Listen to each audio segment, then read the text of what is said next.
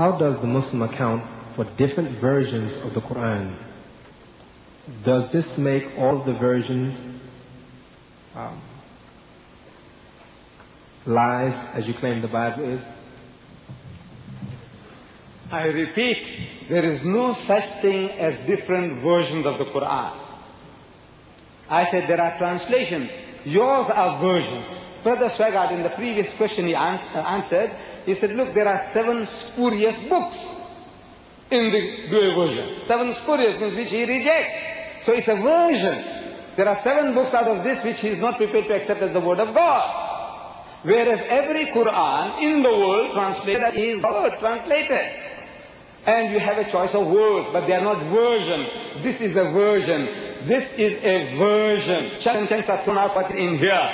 Different version. I hope you understand my English. You know, I don't know how simpler I can put it to you. That the things are varying. What is in here? 7 books? Not in here. What is in here is not in there. What is in here is taken out from there again. Can you see? It's a version. I hope. I don't know.